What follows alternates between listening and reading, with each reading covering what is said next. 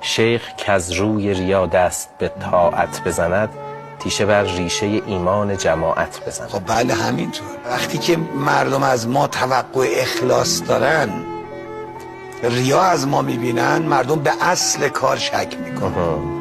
و من یه خواهش دارم، من از مردم نازنین ایران، اگر میخواین بیدین نشید، قائل به تفکیک بشید. تفکیک بین روحانیت رو از 14 معصوم جدا کنید. ما معصوم نیست.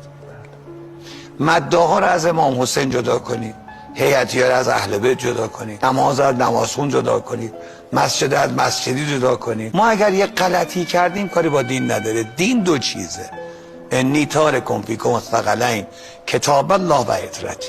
قرآن 14 معصوم. هیچ کدوم ما دین نیستیم. که وقتی یه مسئولی خیانت میکنه، یه روحانی غلطی میکنه، یه مدعای اشتباهی میکنه، یه هیئتی یا مسجدی خطایی میکنه، چرا باید چماق بشه تو سر دین بخوره؟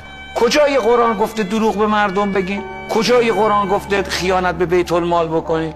کجای دین ما گفته تو برای که رأی بیاری هر چی دلت میخواد بگو؟ تو رو به هر کی که قبول داری جدا کنن، تو رو خدا ما رو جدا کنین از دین.